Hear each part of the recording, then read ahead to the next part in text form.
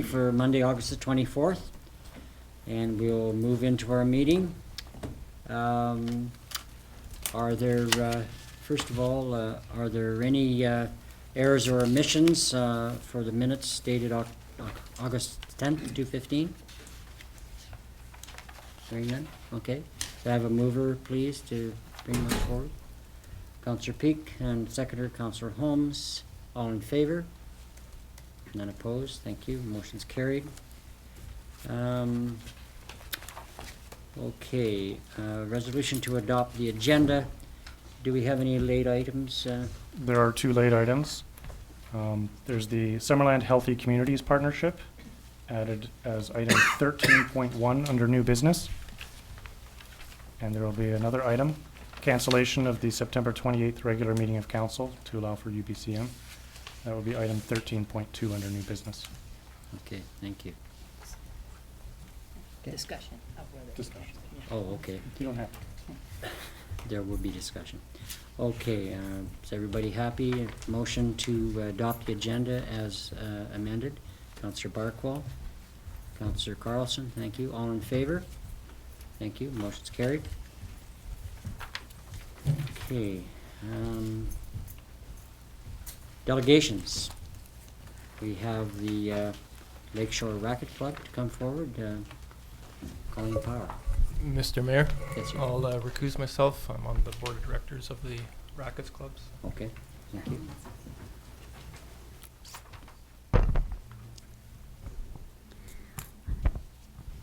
Yeah, Guessing that- you can use that just left and right. Left and right? Okay.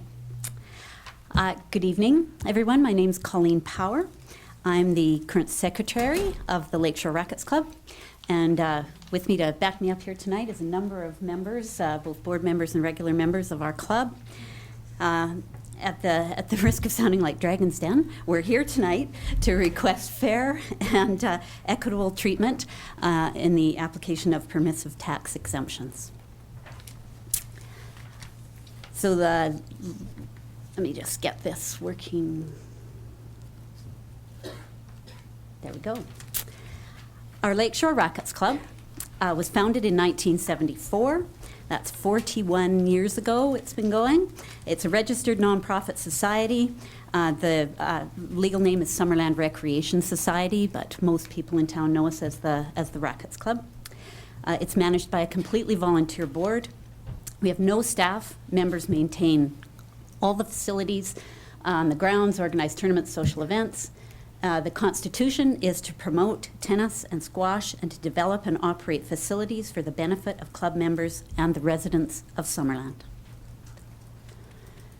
Club owns the clubhouse itself, the peaked building there in the bottom, plus the 10 lots, little green lines, along Lakeshore Drive.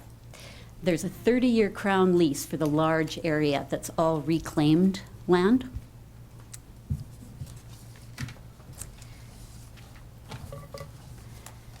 The grounds are maintained as open public parkland. The Lakeshore Pathway transverses the property, and parking is available for public use. There's shaded parking there, which there isn't at the Rotary Beach right beside us. We've never restricted anyone from using the lot, even though there's certainly been damage done over time when people park right on our grass on top of our underground sprinklers, but that's still the case. There's beach users use it for events that are down in that area. Dog walkers use it. It's a well-used parking lot. The facilities themselves, we have 3 lighted tennis courts, 3 heated indoor squash courts, inside the clubhouse with a lounge and change rooms in there. The use of the facilities, we compare it because it's more easily understandable for people to, it kind of operates like the Summerland Golf Club, or a lot of golf courses. Single and family memberships are sold with, there's books of tickets available also. You don't have to be a member to play there. You can buy books of tickets or have single drop-ins.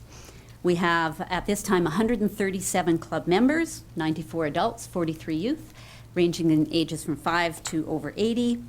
And we do allow drop-ins, $10 for adults and $5 for youth. Programs we offer, we are the local provider of organized tennis and squash, We provide leagues, ladders, tournaments, lessons. There's opportunities for all levels of ability and experience. We actually, in 2011, won an award from Tennis Canada it was a community development award for our youth program. And we have partnerships with the rec department, providing tennis lessons under their plan, and also with the local school district. They use our courts for doing some tennis and squash in the wintertime. We provide extra value to this community for sure in terms of sports tourism. We host events. We attract between 200 and 300 visitors to Summerland every year. So these tournaments are attended by people right throughout the valley, down into Washington, and lots of other places beyond. We host a number of tournaments. The Greenwood Cup is actually one of the longest running tournaments that there is. It's like 43 years now, even before the club was there. They used to run it at Peach Orchard. And we are still supported by Greenwood. Credit Union Cup has also been a long-time sponsor. We do a squash fest in the summertime, and we bring in many people from all over that. And even the people that are maybe playing the activity, they bring their families, their relatives, they stay, they spend their money, and they eat here, and there's lots of activity that way. We provide a week-long tennis camp for youth. We partner with the Mod Charity Run and other community events and offer our facilities to be used for those events. We also have a partnership with the Summerland Waterfront Resort, where they lease space from us to have some overflow for their boat parking. And they also sell. They also have an arrangement with us where they will allow their guests to use our tennis courts, and they pay us directly, and the guests use the courts for free. Between October 2014 and May 2015, we went through a strategic planning exercise, and we now have a solid strategic plan. I won't go through all the goals, but those are our 4 main goals. To manage the club as a sustainable organization, to modernize our facilities, to improve the member benefits, and to strengthen our presence in this community. The picture you see on the side is a bit of an artist's rendition of what we would like the club to look like. We would love to beautify it and make it an even more beneficial kind of presence in the community, but we do not have the funds to do that, and I'll get into that more. In developing our strategic plan, we took a good look at the Lower Town strategic plan and made sure those things meshed, and we've highlighted here 5 areas that were identified by probably a previous council in developing the Lower Town strategic plan, and how that dovetails with our plan in becoming an important part of the neighborhood down in Lower Town. We represent another important piece of the culture of the recreation down there, starting at the sailing club and going right past Peach Orchard. It's just one recreational group after another, and we feel we are an important part of that, and we are important in helping council fulfill its goals and its strategic plan for the Lower Town. This slide illustrates why it's difficult for us to fulfill our strategic plan goals. These are just some of our recent major expenditures. Tennis court surfacing repair, $15,000 to repair that court. Some clubhouse refurbishments, squash court, glass wall, landscaping and lawn repair, a new furnace. These are all costs that we have to incur in order to keep it functioning and looking good. As much as possible for all these, even with the expenses we had, as much as possible is done by all volunteer labor. And the courts mostly were redone just for the costs of materials by members. Here's a graph of our expenses. Our hugest chunk, 45% in 2014 of our expenses was municipal taxes. And you can see the other bits are much smaller. But our memberships alone, what we charge, do not cover our taxes at all, nowhere near. This slide shows our property tax history.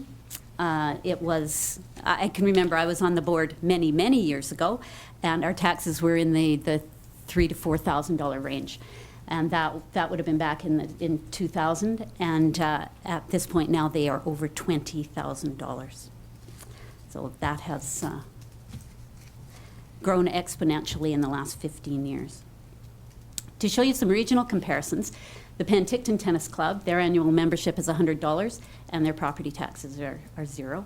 Lakeview Heights in West Kelowna, $60 annual membership and they have $0 property taxes. Ours is a $250 annual membership and a $20,000 annual tax burden. We lose potential membership to both Penticton and Lakeview Heights because we have to charge more, and even with the more, we don't come close to covering our taxes. For local comparisons, Summerland Golf Society, so we all have land class in these examples of either 6 or 8, and the PTE is shown in the other column. So you can see how the comparisons happen with the Golf Society, 75 and 100. Sailing Association, 100% tax exemption. Summerland Yacht Club, 100 and 100. Lakeshore Rackets Club, 50% and 22%.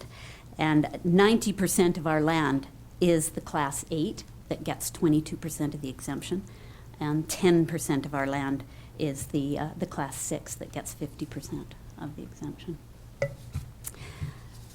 So in conclusion, our Rackets Club invests volunteer time and resources to provide recreational opportunities and lakeside parkland for the benefit of the whole community.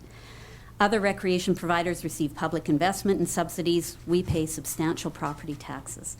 We request a permission for the tax exemption process that's open and transparent and treats all local nonprofit recreation providers fairly and equally, regardless of who owns the land. Are there any questions? Councillor Carlson. Has the Rackets Club requested a permissive tax exemption over the past few years Yes, it has. and been just granted partial? Yes, we've got Has our it gone treasurer- down, I guess? Our treasurer, John Mott, is here. Do you know exactly how much we've received? It's quite small. In terms of the permissive tax exemption, those are the rates that I think we've received for the last 2 to 3 years. Mhm. Anybody else? No. Okay. Councillor Booth. Thank you for your presentation. The strategic plan that you've developed, is it over a number of years, 5 years? 5 years. 5 years, thank you. Yes, yes. Okay. Mr. Mayor. Yes, Councillor Peak, yeah. Yes. Thank you very much for your presentation. I learned more from this than I did from being out there and talking to people at a couple of points in time. As a society, are there grants that you are able to apply for, and do you do that? In the past, quite far back in the past, we got gaming grants. Went down and did the bingo thing, and we no longer receive that. We're not eligible for that. I'd have to say that the usage and the positioning of where you're located is a great amenity for all the public, so I'm pleased Thank to you. hear you come forward. Thank you for recognizing that. It really is. And it is available to the public, whether they're members or not. Okay. Councillor Booth. One other question for you. Is there still a gym facility, like a fitness facility upstairs? Yes, there is. The only way that we are able to actually still function and sustain ourselves, because as you see, we can't make it with memberships alone, is by renting the top part of our building. So we do have some revenue sources, and that gym does provide some revenue. And because it's open at most of the time, that's where people can drop in and buy their tickets so that they can use the courts. So Okay. that's how we do that. And we do rent the facility. We get a little bit from that for parties or events. Right. We do have an agreement also with the Waterfront Resort for a small amount. So the gym upstairs is not part of the society, the No, it's Lakeshore? not. It's Okay. private. Thank you. Yeah. Okay. Well, thank you very much for your presentation. And seems a long time ago that I was mowing lawns down there. There you go. There you go, some history. Yeah, I was one of the early members, so, yeah. Great. Anyway, Yes. would someone like to bring the Thank you for recommendation listening. forward, please? Thank you very much, Ms. Power. Council, somebody like to bring the recommendation forward, please, to be received? Councillor Booth. I move that the delegation, is that what you're referring to, Yes. Mr. Mayor? Of Colleen Power and others regarding the Lakeshore Rackets Club be received. Seconder, please. Councillor Peak, thank you. Okay, all in favor? Thank you. None opposed. Motion's carried. Thank you very much. So we move ahead to our second delegation from the Henry Seelman, Chair of the Okanagan Trail of the Okanagan. Henry. Good evening, Mr. Mayor, councillors, members of the administration. I'm Henry Seelman. I've been chair of the Trail of the Okanagan Group for a few weeks, and we realized we've never actually been here to talk about us and just give you some insights into what we're doing. There's some members of our board in the back.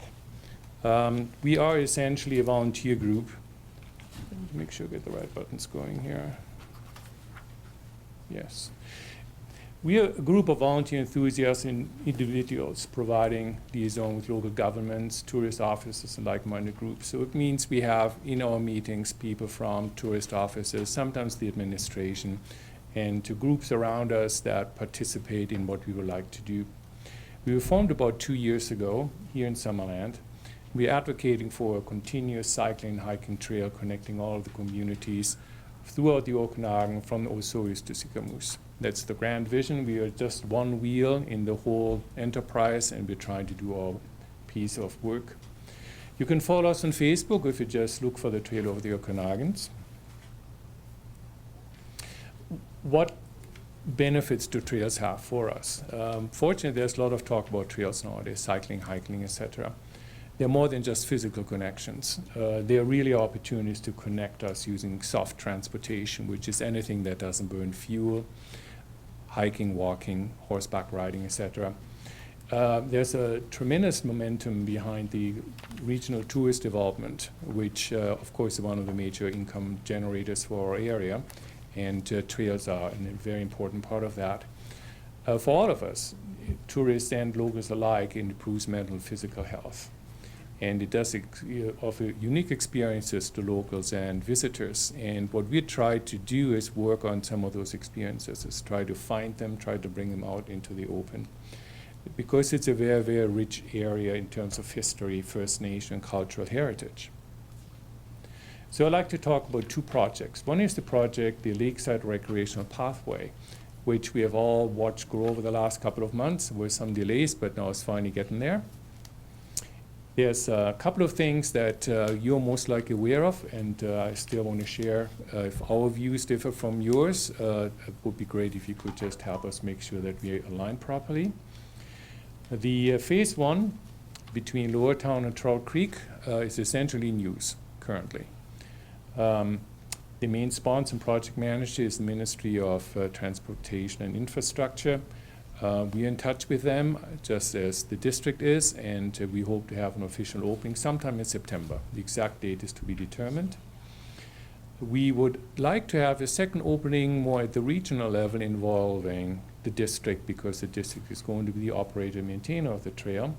We're kind of eyeballing late October for that, and at that point in time, we feel that the province has had the opportunity, and then we can go and do our own show with everyone in the room, and we would like to be part of the planning process for that. We do hope that phase two will be approved eventually to extend the pathway to Penticton, and we know that once the phase one is in operation, people will see how it works out. And if it works out well, we're quite confident we'll be able to go all the way. One of the things that's important to us is cycling maps. There's a beautiful cycling map here that's sponsored by the province, RDOS, and the city of Penticton, near the Big Peach in Penticton on the beach. We are talking currently to council and the administration who have a similar map installed at the south end of the new trail.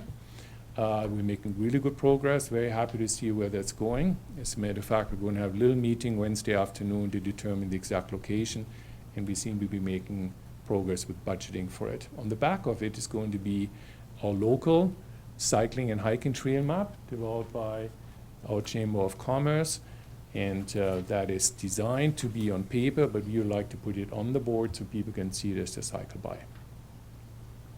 There's contributions and participation by the administration, the Rotary Club, and the South Okanagan Park Society. Okanagan Similkameen Park Society, I'm sure. The next thing is the Fur Brigade Trail. That is the brand new undertaking. We cannot be satisfied with just building a nice trail along the lake. We look around and there's actually a beautiful trail that was used for over 200 years officially, but for really 6,000 years in a period where white people didn't really take too many notes. And you can see a little blue line there on the chart. That's the GPS plot of myself cycling through Garnet Valley Road, which is soon going to be resurfaced with a nice trail on one side all the way down to Hardy Creek. And if you go to the top of it, you're going to find some beautiful views from Antler Saddle. Why is this such a big deal? Well, there's a lot of push further north of us. There's the Regional Active Transportation Master Plan, which actually has been harmonized by all of the communities from Lake Country down to Peachland, including the city of Kelowna, and 2 of the First Nations who are in their territory. And they're going to bring it all the way to Peachland, to pretty much the south border of the peach in Peachland. Well, there's no peach in Peachland. You know what I mean. From the south, you're going to have RDOS, and then, of course, the district of Summerland, and we're going to push up Garnet Valley, and there's actually a bit of a linear park all the way up to Antler Saddle. But there's a big piece missing in the middle, and that's what we're talking about. So if we want to connect the South Okanagan with the Central Okanagan and then the North Okanagan, we have 2 options. We can go along Highway 97, which is not really that pleasant a ride on a bicycle. It was never really meant to be used for cyclists. Or we can go through Garnet Valley. And if you go through Garnet Valley, there's beautiful natural scenery, historical treasures, a whole big storybook of things that we can talk about and show. We made a presentation, Don Gamble and myself, to the Peachland Rotary a few weeks ago, and they're starting to get pretty excited about this. If you look at some of the scenes from up there, from Antler Saddle, you know, and down to Hardy Creek, you know, see a little piece of Peachland. And if you go back to the beautiful mural here in the IOF Hall, and you compare that with the shot of nowadays, you can actually see there's not much distance between the history and today. But it's not out there to enjoy. We want to make sure people recognize it. So what is involved here? Well, there's quite a challenge. We're looking at a 23-kilometer route from downtown Summerland to Peachland, Antlers Beach to be specific. And up there you have Antler Saddle, and there's a 400-meter drop from Antler Saddle down to lake level. I've gone up it with a regular bike, and it is a challenge, believe me. But we can do something with it. We can rebuild some washed out trail sections that you can see. Trail surface needs to be improved in certain areas, provide switchbacks in the really steep sections. There's some 20% grades, which are really quite challenging. Not too many, but some. But the good news for the district of Summerland is that all that is on the far side of Antlers Saddle. If you go between here and the end of the linear park that Summerland currently has a lease for, which is right at the top of Antler Saddle, it's not really that hard to finish it off. We already know about the Garnet Valley resurfacing. We are very hopeful that the cycling lane is going to be there. I think the surface from there up to Priest Camp and beyond needs a little bit of work, but not too much right now. I would compare it to the stretch between Myra Canyon and Chute Lake in terms of surface quality. Very doable, wide road, you know, easy to cycle for someone who likes the backcountry trails. And we've got to make sure that we renew and extend the lease for Fur Brigade Linear Park, which will expire next year. And with extend, we mean we may want to talk to the province to bring it further towards Peachland. So in terms of what do we expect from the district, at this point we would just like to keep working with you, inform you where we go. Eventually we have to talk about budgets. We're in the we're in the contact with the province, the ministry there that has the title to provincial crown land, etc. And right now, I just want to give you a little bit of a glimpse as to what we're up to, and we'll just present as time goes on, and sooner or later coordinate what we are doing with you. Thanks very much. Any questions? Thank you. Yes, Councillor Trainer. I was just wondering, once the Lakeside Trails officially open, do you know if the province is going to put in a counter of any kind so we can tell how many people are using it? I've never heard of that. I don't believe that that's in their plans. No, okay. But that's something we could certainly consider, and we have certain means of doing that. Sometimes they put in a temporary one just so they can tell how many people use it in a week. Okay. And then that's good to have if you want to expand it, you know, good information to have. So. Sure, that's a very good idea. Yeah, we'll check into it. Thank you. Anybody else? Councillor Peak. I think it's very exciting to look at an opportunity to extend the trail through Garnet Valley and on to our neighboring community. I think those cooperative efforts are very important within the valley, just as we're working with Penticton when we extend it towards the south. And certainly to pick up, to do a second phase, which would pick up all the small parks along the way, which would just increase our tourism profile and invite more people to come to all of our communities. So I commend you on the work that you're doing. Thank you. Anybody else? Thank you very much, Mr. Sion. Okay. Very interesting, and it's very encouraging. I love to see the full link, and hopefully within a few years, not too long, we can see it all completed. Okay, that would So be fantastic. Really glad you're, pushing for this, and the community group like this is just an excellent way to link with us and to link with other bodies to try and get something happening. It doesn't happen without that kind of encouragement, so I really appreciate the efforts that your group has been making, so Thank you, Mr. very Mayor. much. Thank you, councillors. So can I have a motion to receive that delegation? Councillor Peak? Yes, that the delegation of Henry Seelman regarding the trail of the Okanagas Committee be received. Seconder, please. Councillor Trainer, thank you. Are there any questions or discussion? I don't think so. No. Okay, all in favor? Thank you, the motion is passed. Thank you very much. So we'll move on to the next section for number 6, public commentary opportunity. Here's an opportunity for people to speak and have 2 minutes to address any highlighted item on the agenda. So if you'd like to come forward and speak and identify yourself as we go, thank you. Hello, my name's Christopher Boisvert-Gilman. I'd like to first of all say that I'm very proud of this council and what they've done so far. So that's the first thing I want to say. I'm involved with chickens, backyard chickens, and that's one of the things you're going to be looking at. There's 2 points I want to make, maybe 3. Animal control is out of Penticton. They're city people who know nothing at all about biosecurity. That's really important, because when you don't have biosecurity, what happens is you get problems with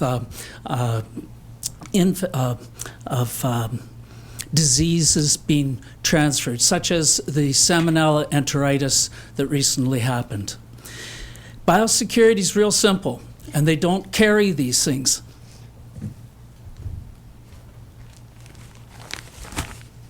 It's a booty. It's a booty.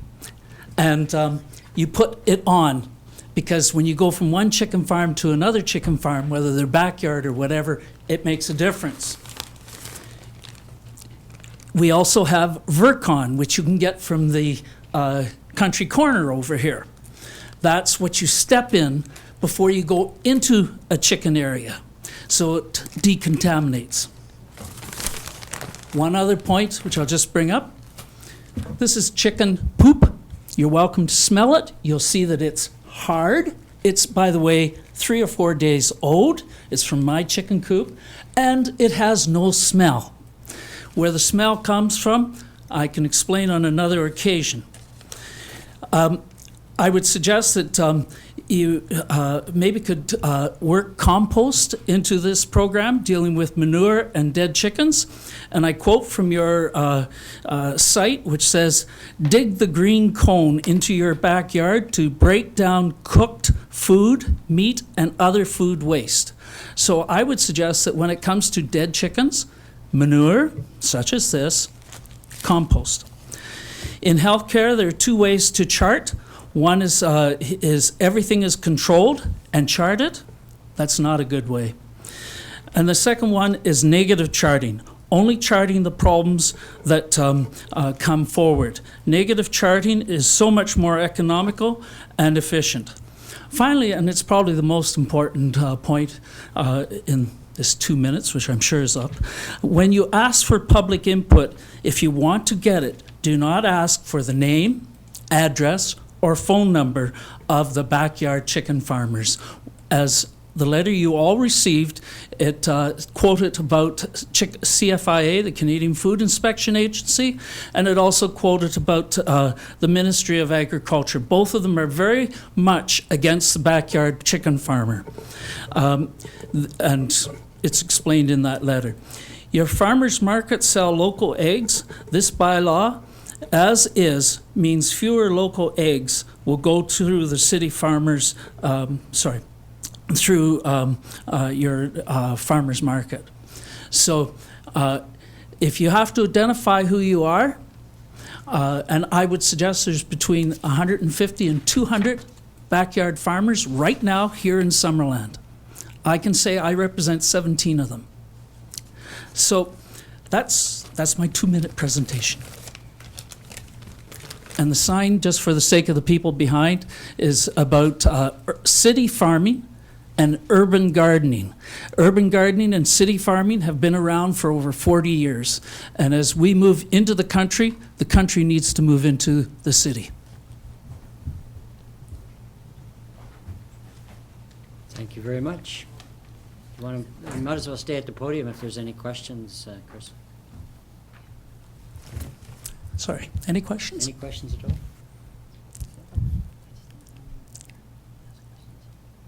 Well, we can. Oh, that's correct. We don't actually, but. No, you don't. Go ahead. You have one quick one. No, I I was- was just gonna say, this is Yeah. Yeah, his I'm 2 sorry. minutes, not ours. Got myself kind of lost there for a minute. I was too interested in what you were saying. Okay, thank you very much, Thank you. Chris. Appreciate that. Okay, anybody else like to speak to any of the highlighted items? Good evening, Mr. Mayor and councillors. Lauren Holler, 8242 Pierre Drive. I took the chance to read the proposed amendment to the animal and pound regulation bylaw to allow backyard chickens earlier today in residential properties. I think that it sounds great, and I'd like to tell you, like, you have my full support. I feel you made some good points as well. I think it provides our community, but the mass majority of our town, to have the opportunity to provide a healthy food source for their families. And I think it did cover well and reasonably the number of hens allowed on smaller properties and for coop size, and ways to prevent potential predators and vermin. I feel that it's very important to teach our children, the next generation, how to provide a sustainable food source for themselves and their future families. This is something I feel that has been lost in the last while, and I think it's great that we're looking into bringing it back. I'd like to thank you for considering the opportunity for our town to not only provide a secondary food source for ourselves and our families, but also for giving our citizens the ability to reduce the carbon footprint on this earth as well, which comes from bringing in eggs and everything from the Fraser Valley, having them trucked up here. They're 40, who knows how old they are when we get them, the refrigeration units they have to go into. I think it's great that we're gonna put together being able to have that ability to try to reduce that for ourselves and our future generation as well. Thank you. Any questions? Thank you very much. Oh, no questions. Oh, yeah. See, you got me all messed up now. Sorry. I do that.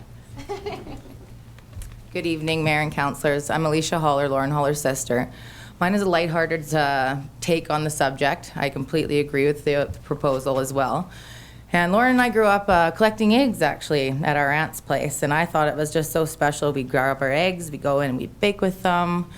I live downtown right now, and I'm no longer in need of a compost, per se, because I don't have a garden at the time, and so I collect all of my scraps for my sister and Megan here for their chickens. And I feel that I'm wasting pretty much nothing. I'm left with a garbage bag about this large after recycling and composting towards these chickens. Thank you. Let me ask your address. My address, 11120 Prairie Valley Road. Thank you. Is that okay? It's good. You asked for the address? Yeah. Oh, sorry about that, guys. Okay, thank you. Okay, anybody else? Thank you. Thank you very much. Good evening, Mayor and councillors. I'm not very good at public speaking myself. I'm Juanita Lay, and this is my husband, James Lay, from 8230 Pierre Drive. We are right next door to Lauren Haller, and the last meeting we talked about, they did not come to council, or they did not come to City Hall. They did not ask the neighbors about the chicken coop, which I was smart enough. I came to City Hall and I asked about the bylaw, which they should have done before they even did anything. In your report here, it says, the option for interior health is more balanced and simply recommends that if backyard chickens are permitted, that adequate protocols are in place and enforced to ensure the health and safety of residents. We would like to know who will enforce that. Who will enforce that law? There's a couple other things. The coop must be maintained and cleaned regularly to minimize odor and prevent attracting vermin. Well, we see them right off our back deck. So we go outside and that's all we see. I have not seen any maintenance. I have not seen any cleaning. So, and the wind comes our way. What are we gonna expect? Are we gonna expect some diseases too? And that is one thing we will not put up with. My husband will get up here and speak. Yeah, we have a petition that we took around today to our neighbors, and in one street on Palmer Drive, we have 80% of the residents say no to the chicken coop. Thank you. Thank you. Hello, my name is Jim Lay. That's my wife. Okay, a few different things I want to bring up. I hand out this copy to all the councillors. On the back page, page 10, that's it. I'm not good at petitions, but it was just sort of a survey. It's a whole bunch of lines on it. And there's 19 different residences we went to. 7 weren't home, so we couldn't get any response from them. But there's 12 of them that did respond, and they said no to chickens. One didn't care, and one wanted more input. It just wasn't, it's too rushed, it's too pushed through too fast. So that was just one street we did, sort of thing. And all these lots are between, I don't know, about 0.12 to 0.15 of an acre sort of thing. So they're all under the half an acre. So I feel the half an acre law and that you already have on the books was well written. That's one thing I'd like to bring up. Now on page 9, the one before that, you'll see the layout of the house at 8242.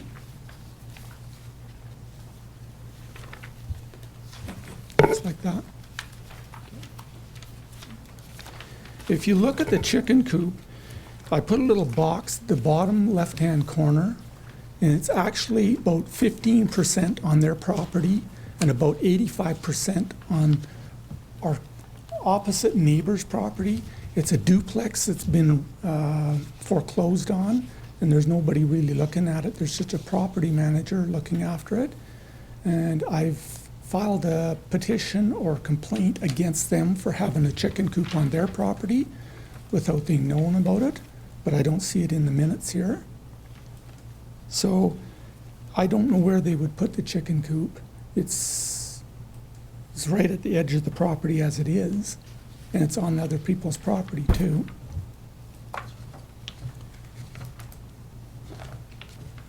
The next thing I'd like to bring up, this is more of a civil legal contract, and I know it's not enforceable by you, but I'd like to bring it up because when I bought a house 12 years ago in that district, I signed a contract, 10 pages long, and it has a, what's it called again?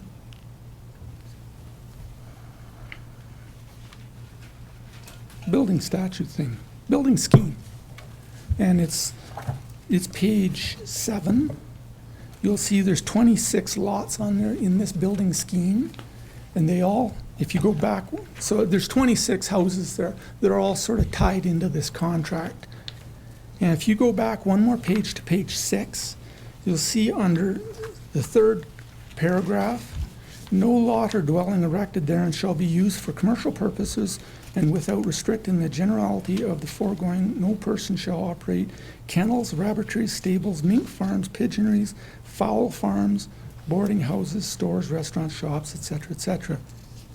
And Michael Holler, when he did buy the lot off me, he signed a copy of this contract. So I really don't want to go to court or civil court to do this. I just like to be supported here.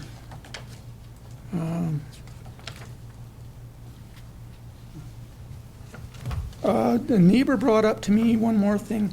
We mentioned coyotes being a problem sort of thing. I am a pest control person, and I kill a lot of rats in Penticton, and I feel with the seeds and stuff in the backyard, that will be a problem with rats too. Might be in small, but a neighbor brought it up to me, and I have to mention it. And this will affect, if you make this ruling change sort of thing, it will affect all the residents of Summerland for years to come sort of thing. And I felt this was a good bylaw in the first place. Thank you very much. Any questions? Thank you. We won't take questions at this point. Okay. Thank you very much for your presentation. Okay, council, is there anybody else who'd like to speak while we're in this session? Okay, we'll move on then to my report for this evening. Okay, over the last 2 weeks, the key areas of concern have been the ongoing drought discussion and responses by municipalities and regional districts, as well as the wildfire situation. August 13th, Councillor Boot, myself, and our manager of utilities, Devin Van de Meulen, attended a drought management workshop held by the Okanagan Basin Water Board in Kelowna. The South Coast and Southern Interior have moved from level 2, which is dry, level 3, very dry, and into level 4, which is the highest rating. We are now in what the province has declared as an unprecedented drought. Creeks and rivers are at low levels, not usually seen until September, and fish stocks returning to spawn have been decimated by low flows and high killing water temperatures actually through the whole Columbia River system. The District of Summerland's water use plan, developed in 2004-2005, required consensus by all water user groups and is a plan where there was give and take by all stakeholders. It is being used as a model throughout the province. In response to the provincial level 4 declaration, all water purveyors were encouraged to move to the next level of restrictions. As a result, Summerland is now at stage 2. Staff are carefully monitoring the water levels in our storage dams, as well as following our trigger graph developed in our water use plan. The plan determines when we move into various stages of water restrictions, as well as supplying mandated fish flows. The raising of Thirsk Dam puts Summerland in a very good position as far as managing our water use for all purposes. Currently, with the request to users in the municipality to reduce water use voluntarily and the move to stage 2, our daily flows from our system have been reduced from approximately 70 to 80 megaliters per day to about 47 in the last several days. Our storages currently stand at 67% full pool. And the water plan is built to anticipate 3 years of consecutive drought. Now, a closely related topic to this was in a presentation at the regional district last week that Councillor Boot and myself were able to listen to. And biologist Natasha Lukey discussed the salmon rehab project for the river channel in Penticton. In the past, 85% of the river was channelized, 50% of the river was lost, and 90% of the riparian vegetation was lost. In pre-settlement times, there were up to 6 million spawning salmon. This number dropped to about 5,000 in the 60s and 70s. And in 2008, the Okanagan Nation Alliance and the RDOS started doing habitat restoration, and in 2014, the return was 150,000 salmon. So unfortunately this year, this is where the link is, that with the high water temperatures, low flows and so on, a lot of the fish have been caught below dams in the Columbia system, and so their numbers will be greatly reduced this year from what we saw even last year. But the rehab project they're doing is actually very interesting how they're doing it. It's providing extensive spawning beds that are going to be put in place this year.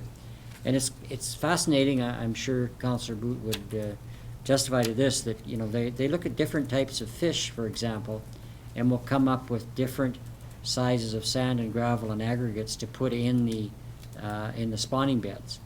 And also there's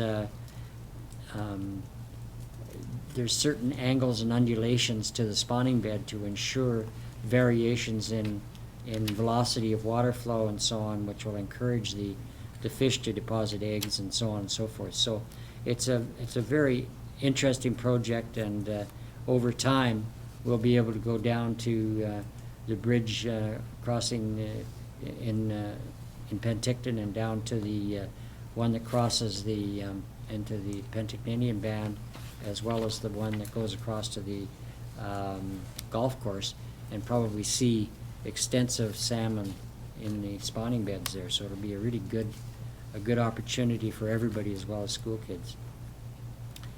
The last thing is just regarding wildfires.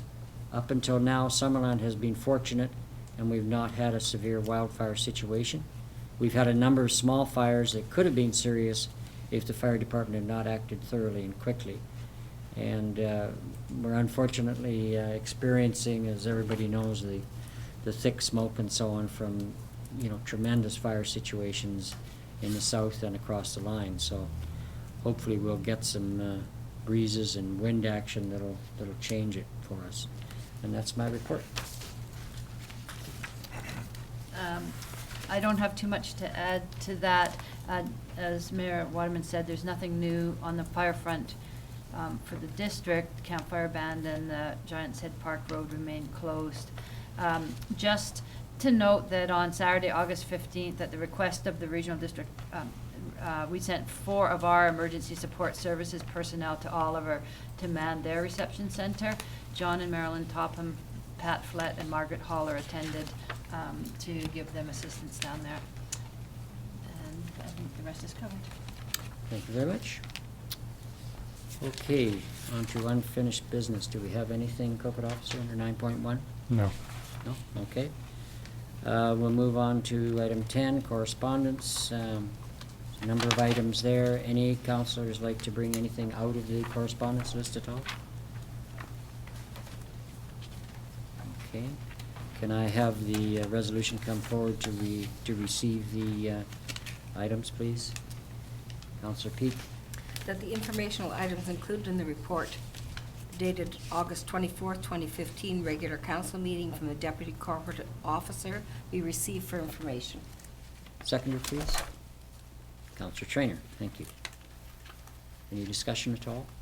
We're moving ahead, thank you. All in favor? Thank you. None opposed, motion's carried.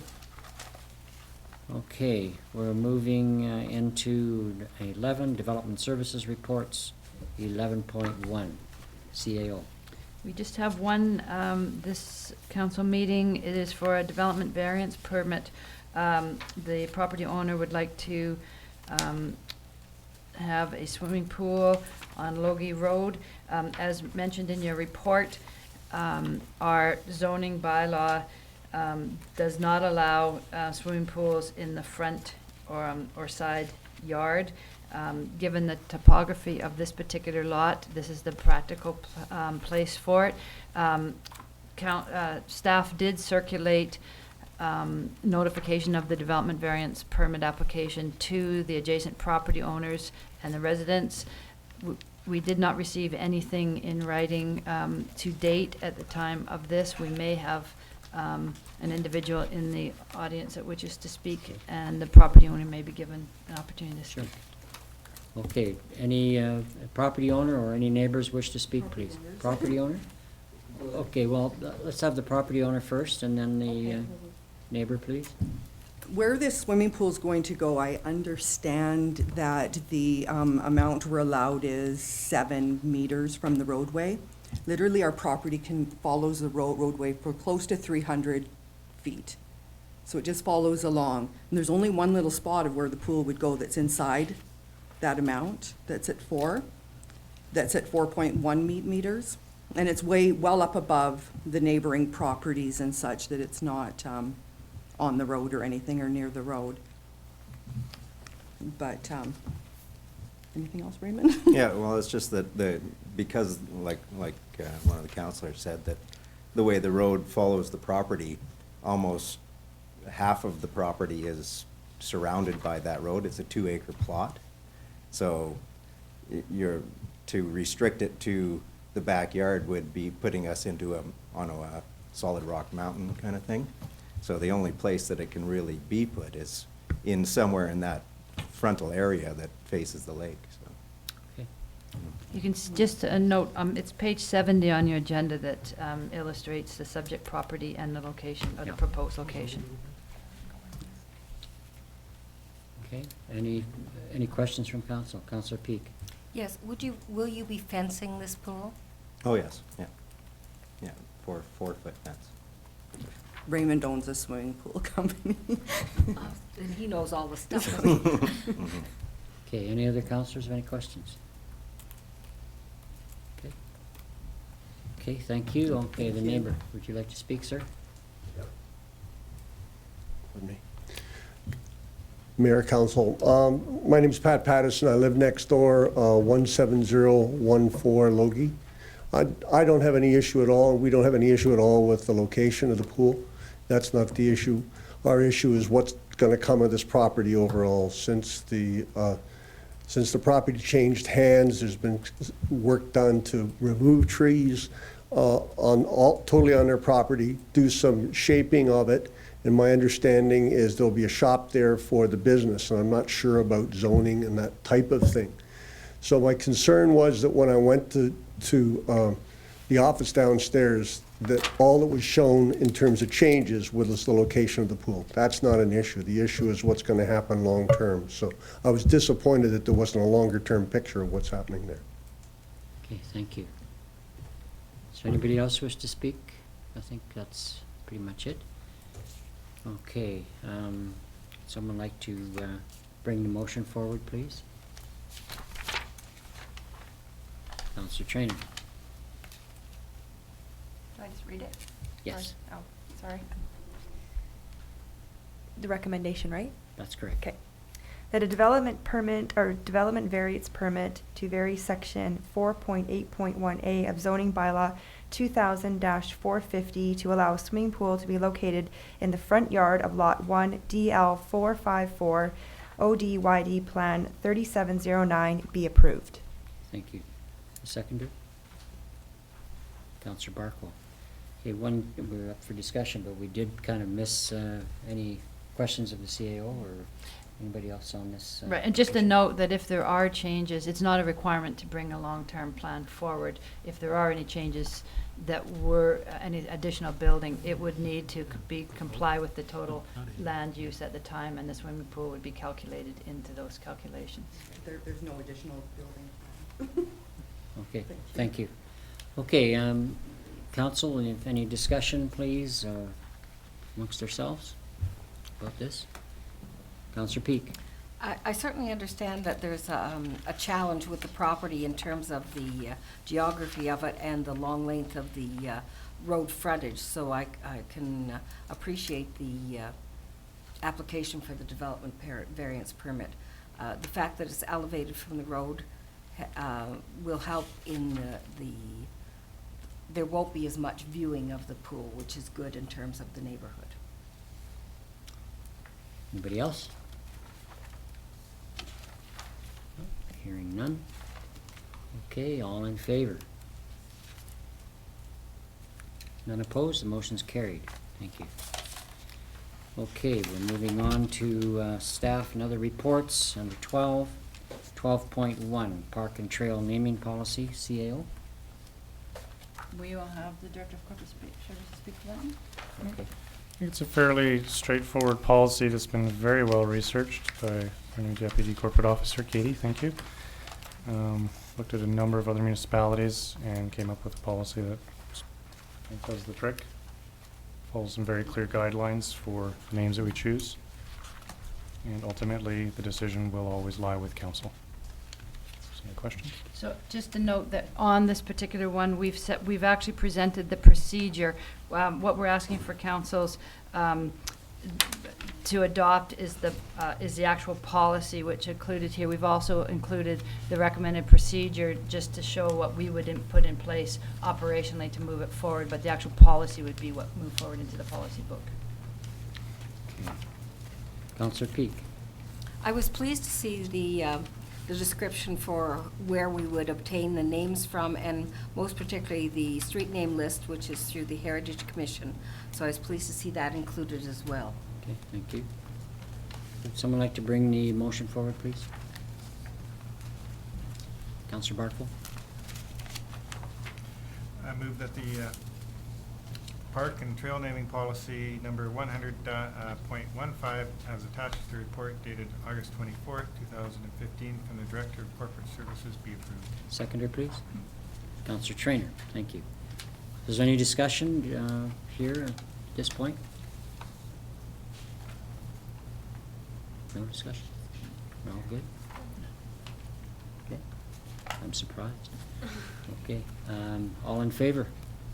Thank you. Motion is carried. None opposed. So we'll move ahead to 12.2, Summerland Food Bank and Resource Center request for a letter of support. CAO. This one is a relatively straightforward request. As you can see, the letter is attached. They just need a letter of support from council for their community gaming grant application. We've supported them in the past with a grant in aid, and this is just to acknowledge your support, so we can get a letter for them. Okay, sounds straightforward. Councillor Carlson. That a letter of support be provided to the Summerland Food Bank and Resource Center in support of its community gaming grant application. Thank you. Seconder, please. Councillor Barkville. Any discussion at all? Go ahead. Fairly straightforward. Okay. All in favor of the letter? Thank you. Thank you. I think None we're opposed. lucky to Motion have is them. carried. I think we're lucky to have them. Oh, you bet. So, Mr. Bob, you're ready to go. You're welcome. Okay, we're on to 12.3, CAO. Okay, this is a report to consider no smoking on municipal property bylaw. We attempted to oh, sorry, are we on? Oh, 12. We gotta do new business. Oh, I'm sorry, we're on, skateboard park, I'm sorry. Sorry. Okay. Over the past few months, council has received a number of inquiries in regards to the status of the proposed skateboard park project.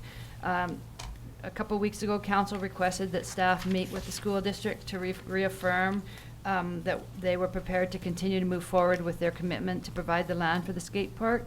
Staff has now done this and has referred this affirmation from the school district. In addition, the Summerland Charity Shop Society has extended the deadline for its funding assistance for this project until December 31st, 2015. It's been proven in a number of municipalities that committees made up of council and staff representation, members of the public, including youth, and others can be very effective in moving a skateboard park forward and engaging in a successful fundraising project to assist with the project. Staff recommends that council direct staff to work on establishing a skateboard park committee and to bring back a proposed format in terms of reference to an upcoming council meeting. Okay, so you'd like that? If council was in favor with that process, staff would work towards establishing the committee and making the recommendations on its structure. Okay, Councillor Peak? Could I just have a question in regard to the report? The society, they extended their letter of support and funds. Now, my memory for that is that it's $10,000, but I think they have other funds that may be available for the skateboard park as well. I believe it's, Ms. Goldstein. The district has received $10,000, and they've committed a further $135,000. That's correct, yeah. Thank you. I just wanted some reminding of that. Okay, thank you. Okay, somebody like to bring that forward, or our corporate officer perhaps can have a wording for us? Do you have anything? In the report? Just that council directs staff to work on establishing a skateboard park committee and to bring back a proposed format in terms of reference to an upcoming council meeting. Good, thank you. Can I have a mover of that, please, as stated? Councillor Barkwell, seconder. Councillor Holmes, thank you. Any further discussion? Sure, Councillor Booth, go ahead. The skateboard committee, that will be determined, like the people that sit on it, is determined by staff? The reason behind my question is there probably are a number of kind of stakeholders or target groups that need to be approached. I just want to. And that's what so when we came back to council, it wouldn't necessarily, it won't be with names to the committee. It'll be with a recommended structure and with some those entities identified. Right, identified. Perfect, Right. thanks. Okay. Councillor Peak? When we look at fundraising, do we have any idea what ballpark figure we're looking at for a skate park? We do, but I don't have, that will be part of the report that comes forward here. We have some preliminary studies done. I did not bring that today. That's fine. I wouldn't expect it to be here at the moment. I'm just interested in how that comes forward. Right. So this will be, if council does want, is in favor of us moving forward on this, we will accumulate the information that we have. Councillor Carlson? What's the agreed upon location?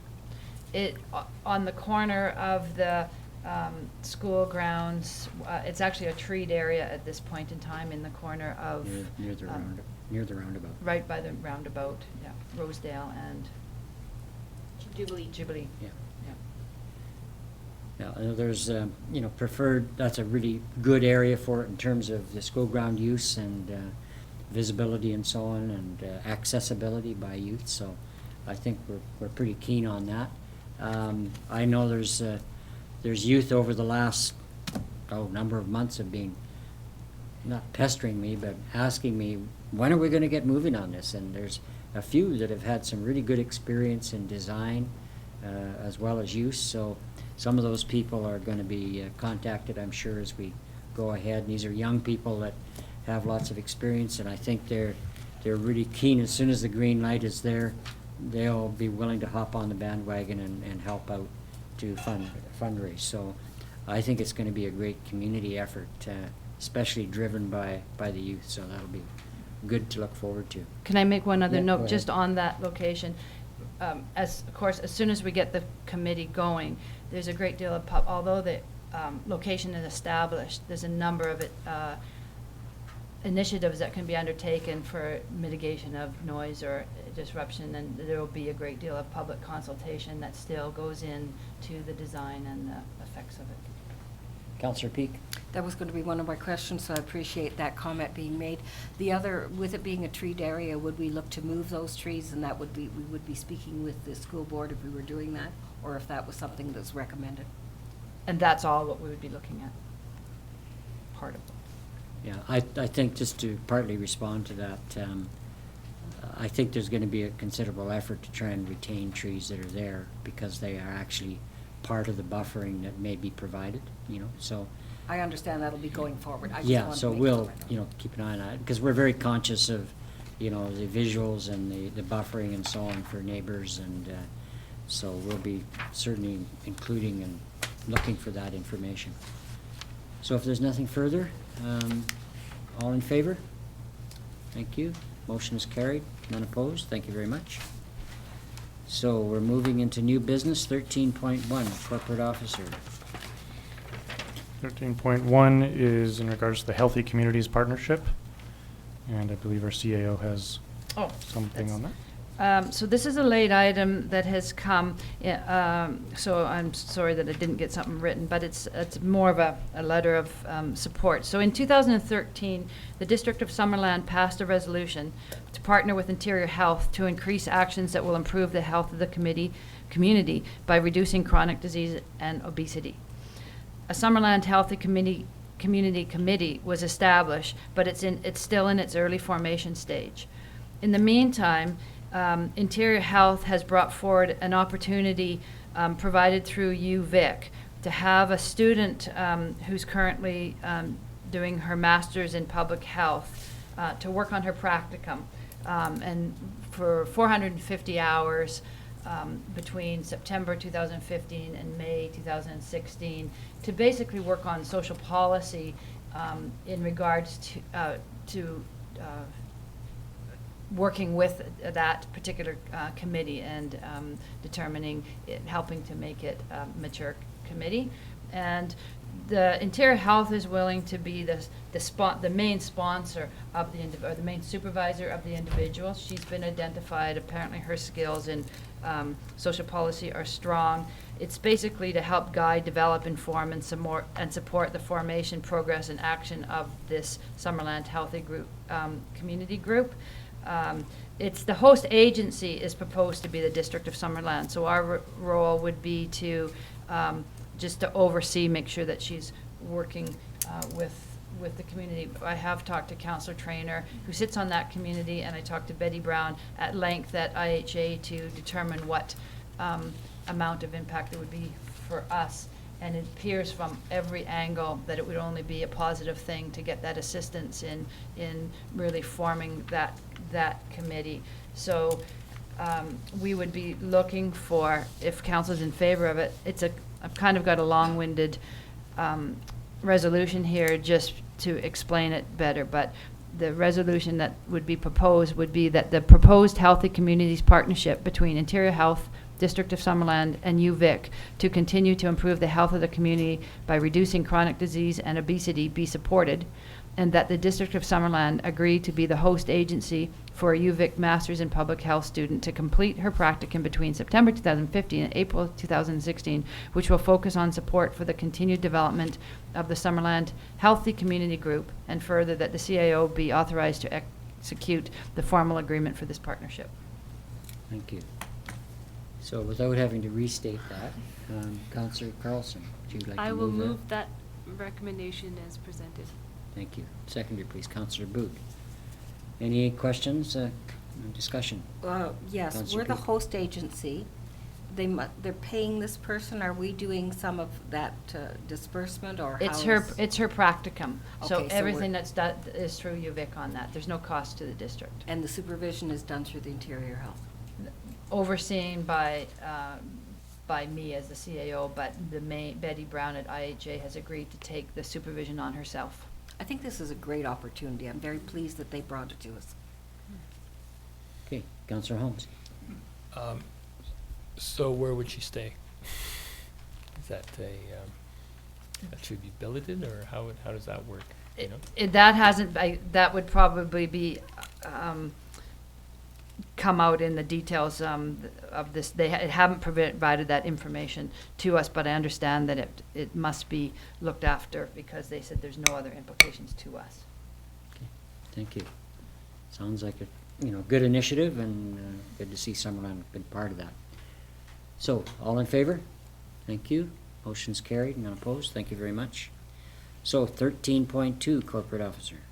This is a discussion regarding the regular meeting of council on September 28th, 2015. I think I'll hand it over to the CAO to talk about. We have the UBCM for the entire week before the 28th. Typically, quite often a council meeting falls during the UBCM week when it's always canceled. We do have an issue in getting the agenda prepared, and council's only returning prior to that. So there is a recommendation that we cancel that meeting, and if there's a special meeting required, if there's businesses outstanding, then we can schedule a special meeting. But it should be discussed because it's not, it's not during the week, so depending on how council feels about it. Okay, Councillor Peak. Well, I think that it's reasonable to cancel the meeting when you look at the preparation and the people, some of the key people that were with us at UBCM. I think it would be reasonable to do it in this particular instance. Yeah, I think so too. Any other comments? Councillor Booth. Yeah, I agree with Councillor Peak. If the 28th falls on is the first Monday after that, and we've spent a full week in Vancouver, not only us, but like she said, the key people, CEO, corporate director of corporate services, it seems kind of silly. I don't think that we would be best serving the public by having a meeting without having a comprehensive agenda as we normally have for a meeting. Thank you.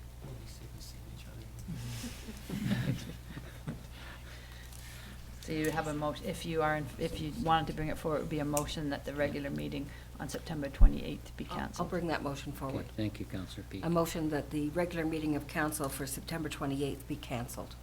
Thank you. Seconder, please. Councillor Holmes, thank you very much.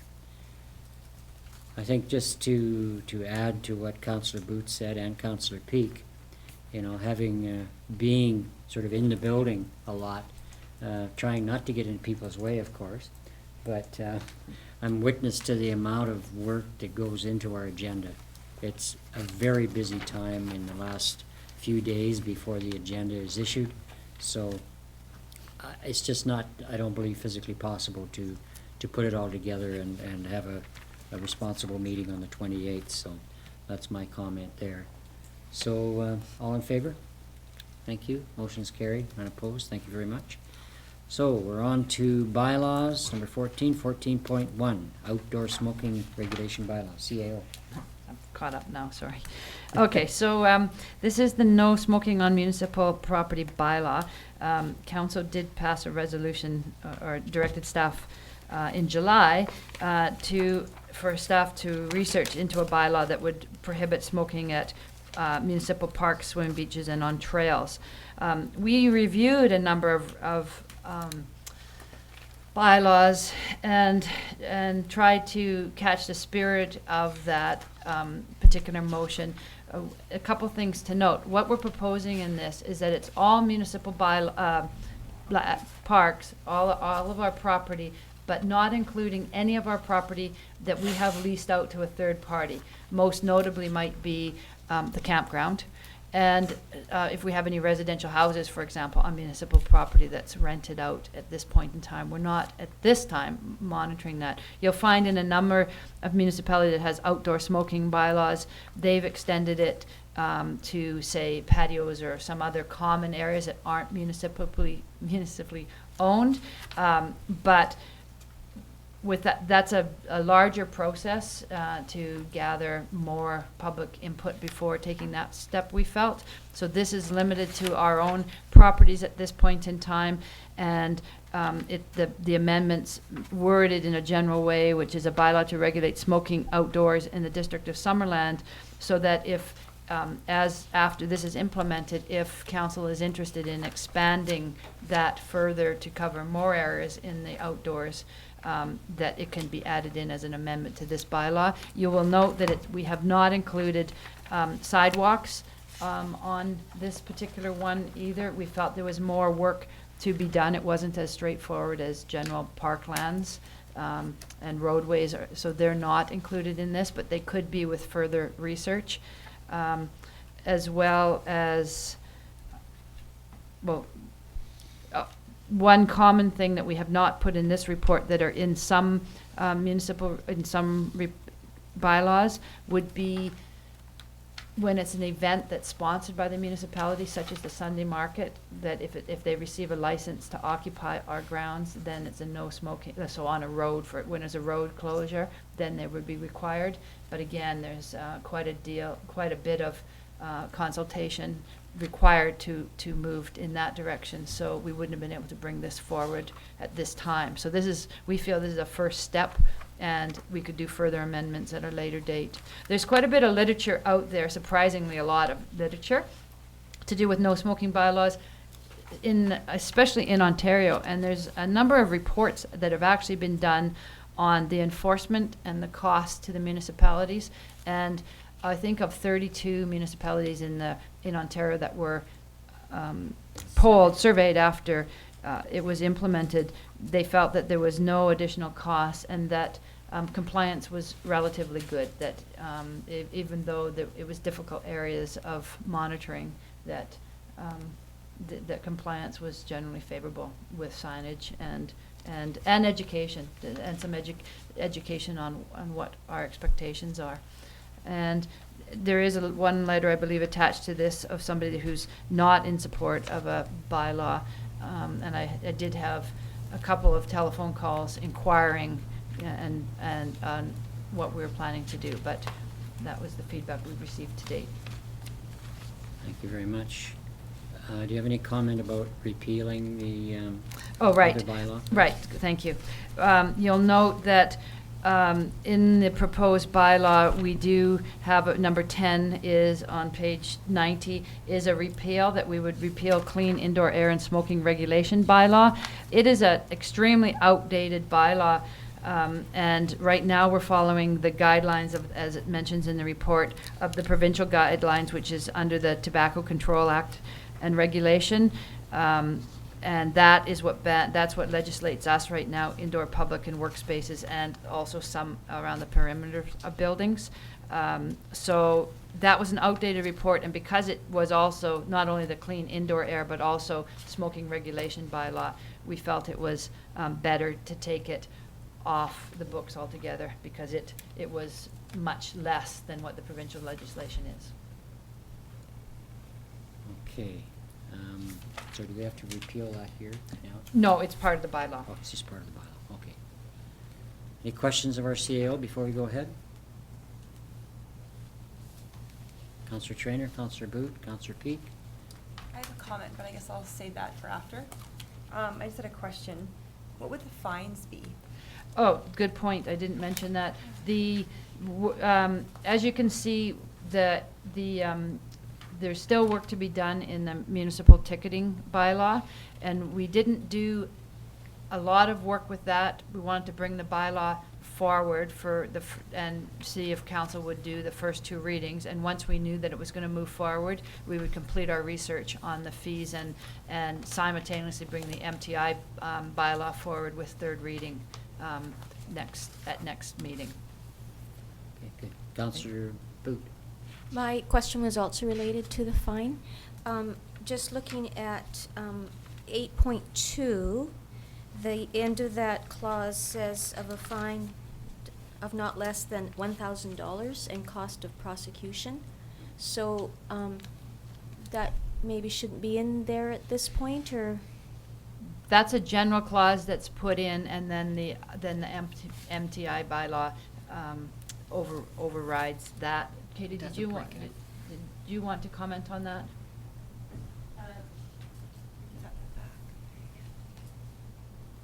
Sorry. That's correct. That's if you were to go the route of summary conviction, the fine at maximum would be $1,000, but if it's simply a ticket, standard from what I've seen to notice is about $100 per offense. So we've got our municipal ticketing is is our standard bylaw, and this is an additional clause that's in all of the bylaws. Okay, thank you. Councillor Peak? My question was partly in terms of ticketing and charge. I'm very pleased to see this coming forward. I'm very glad that Councillor Traynor spoke to it, and I think it'll be a good thing for our community as we phase it in. There's a lot of awareness to be involved in doing that with the public. Thank you. Anybody else? Any questions of the CAO? Okay, can someone please bring the recommendation forward, please, to be read? First and second. Councillor Holmes? I move that outdoor smoking regulation bylaw number 15-020 be read for first and second time. Seconder, please. Thank you. Is there any further discussion at this point? Councillor Trainer? Just have a quick comment. I wanted to thank staff for bringing this forward. I think this is a good start, and I think that it's reasonable given what we know about smoking risks, health and the environment, and also the fire risks.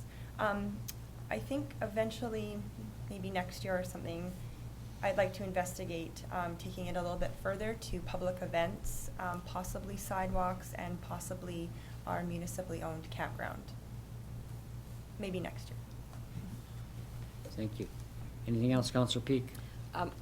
In the district of Muskoka, where it came from, we did a lot of work on our bylaw, and it's a real, I think you do a lot of public awareness as you move forward when you decide to do more, or if you decide to do anything further. So I think there's a big piece that we'll be working on in the interim. Councillor Carlson? I was just reading what smoke or smoking, how it is defined, and it includes electric cigarettes, and that may be a good thing, but I also think it may bring up some situations where people don't feel like that's fair. Personally, I could care either way, but there are people who don't smoke because they don't want to do that harm to their body anymore, and they do use electronic cigarettes as a means to try and get rid of that. So just something to pay attention to, because it may rear its head.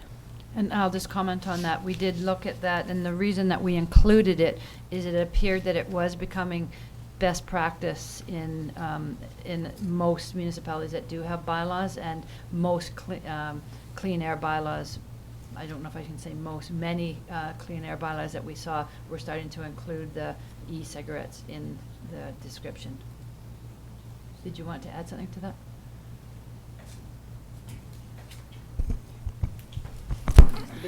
Through the mayor to Councillor Carlson, there's also going to be changes coming to provincial legislation with regards to e-cigarettes, and I don't remember completely offhand, but it is related to this and how there's going to be restrictions with regards to them. So it's going to be mirroring upcoming provincial legislation, basically. Good, thank you.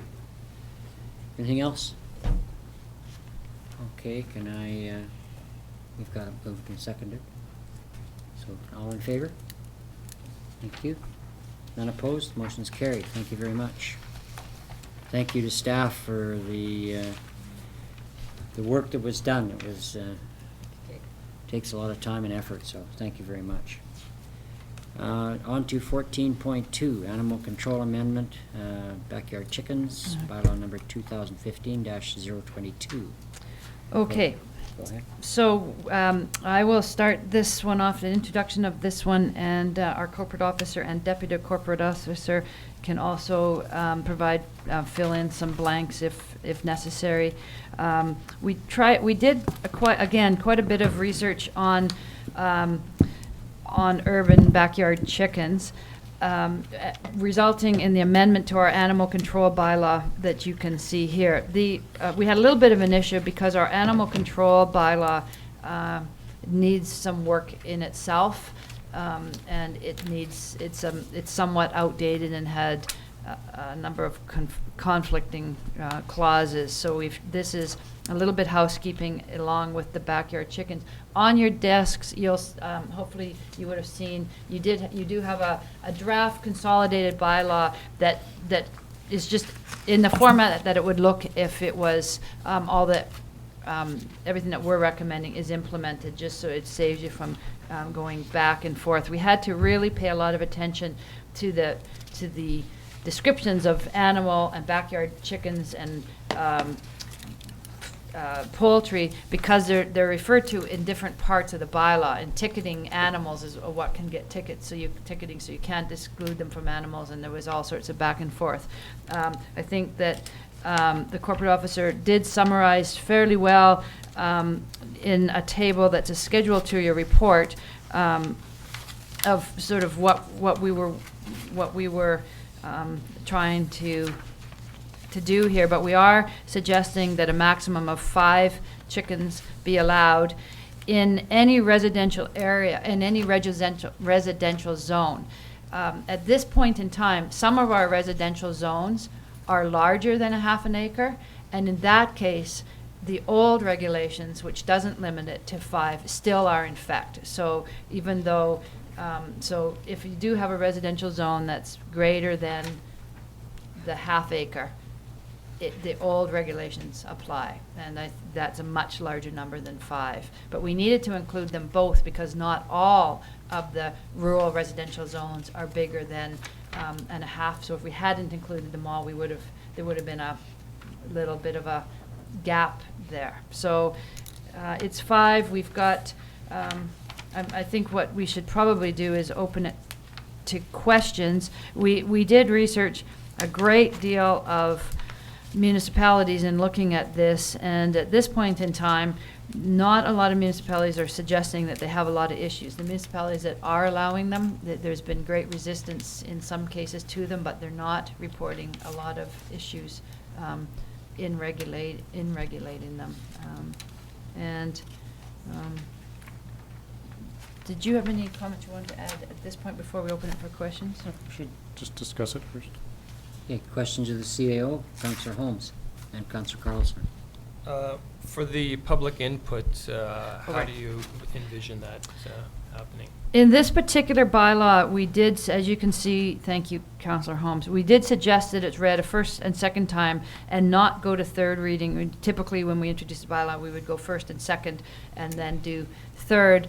But because we haven't really opened this to the public yet, we talked about it, but so we hadn't talked about whether you just want to have a session before the next council meeting, or if you want to do similar to what we did with the busking policy, send an information brochure with people summarizing the policy and asking if there's statements. We hadn't defined it yet, but I think doing an awareness campaign that it is available and collecting the responses and tabulating it would be a first start, unless we did hold an open meeting to have further discussion. Okay, well, the methodology can be still addressed. Yeah. Okay, Councillor Carlson?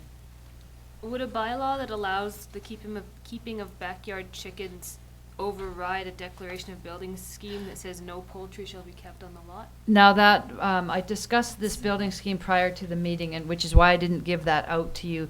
I didn't realize there was other documentations. That building scheme is specific to those 26 lots, and it's very specific. District is not named on that, so we have no involvement. That document would override any policies or things that we have. So if that indeed is in place, which I haven't looked on title, but judging by that document, it is, through a court on those 26 lots, that could be enforced. This would be That would override by law. override it. Okay. Councillor Barkwell? I read through this report earlier, and I certainly admire the amount of work and research that went into it. It's an excellent report. At the time when I read it through, I didn't have a question in mind about the minimum size. Like, I'm sort of struggling with the idea of 5 chickens on a RDS 1 lot size. We don't have a recommendation that any relation between the number of chickens and the size of the lot. I think we felt it would be too hard to regulate. I mean, it's absolutely true that the number of chickens is subjective. If you look at other communities, it ranges anywhere from 2 to, say, 8. But we haven't found where if you say you've got a 50-foot lot or a 40-foot lot or a 30-foot lot, that it's varies amongst that. We've suggested that 5 is okay for any of our, if a lot can be considered a lot, then it's okay.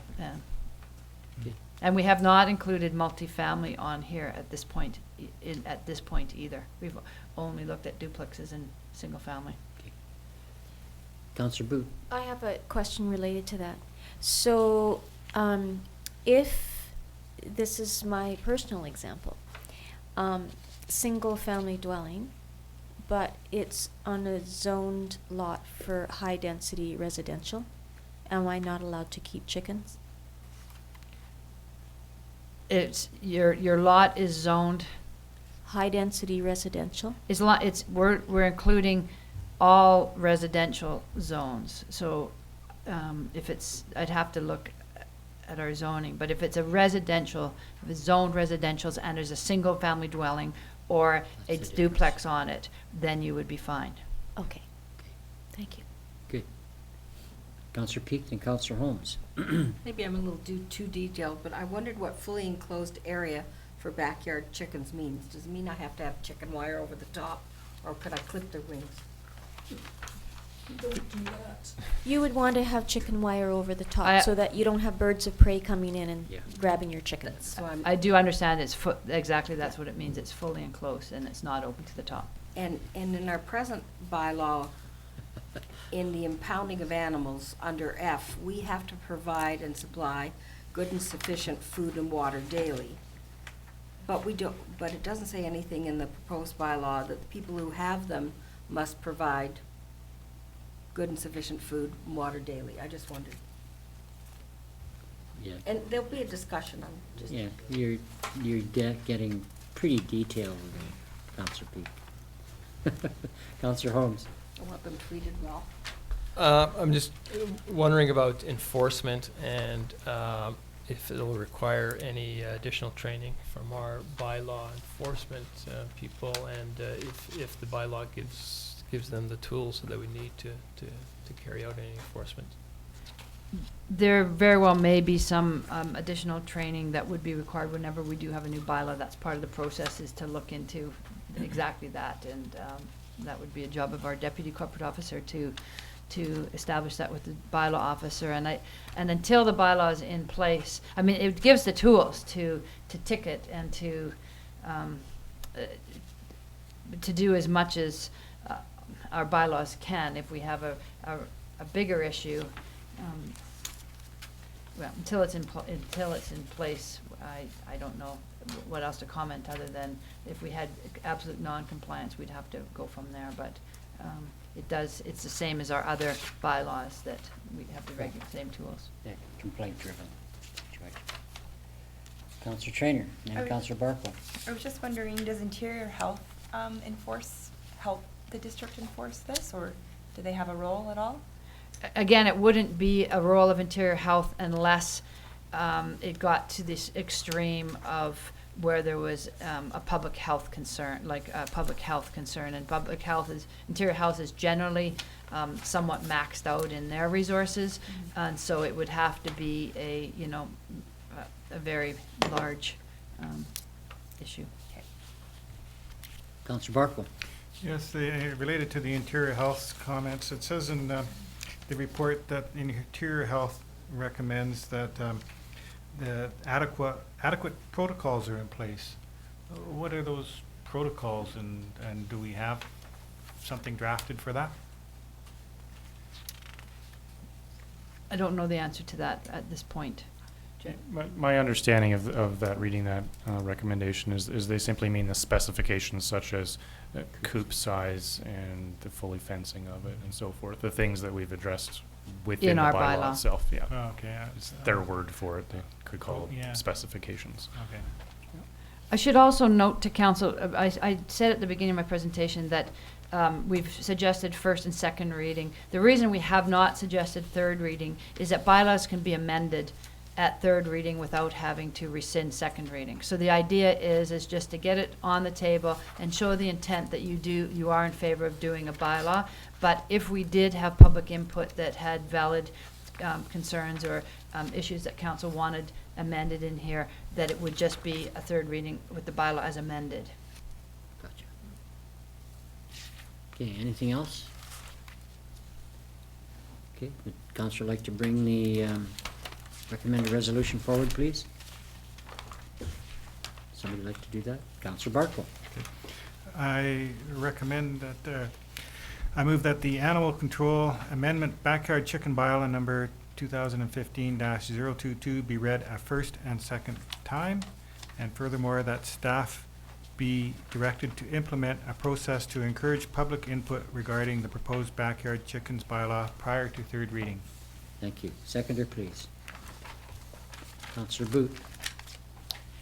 Okay, any further discussion amongst ourselves? Councillor Holmes?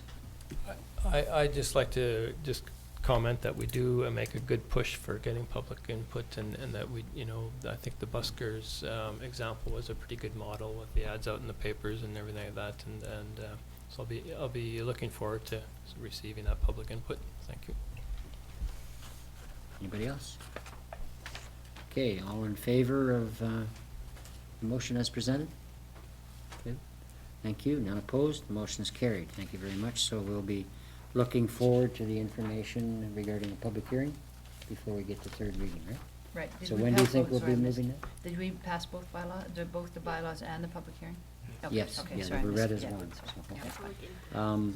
So when do you think we're gonna, So again, I'll make a tour of No, it. I was gonna say, we tried with the buskers to bring it 2 weeks earlier than, so what we'll aim for is to get the ads and information out so that it can be in our, you know, not next meeting, but the following meeting, so 4 weeks' time, as long as the timing goes, to be able to have enough time. Yeah, okay, so any, you know, within the next 2 meetings or so? Right, Yeah, thank definitely you. not next meeting. Okay, right, okay, thank you.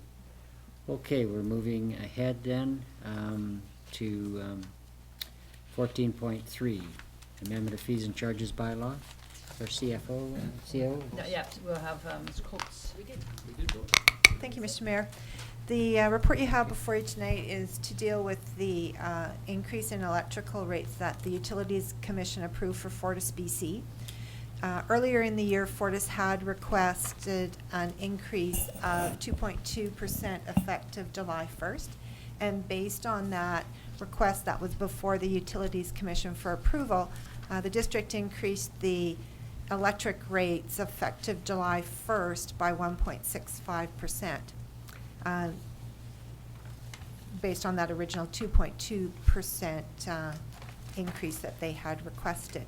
So now the Utilities Commission has done their review work and has given to Fortis an increase effective August 1st rather than July 1st.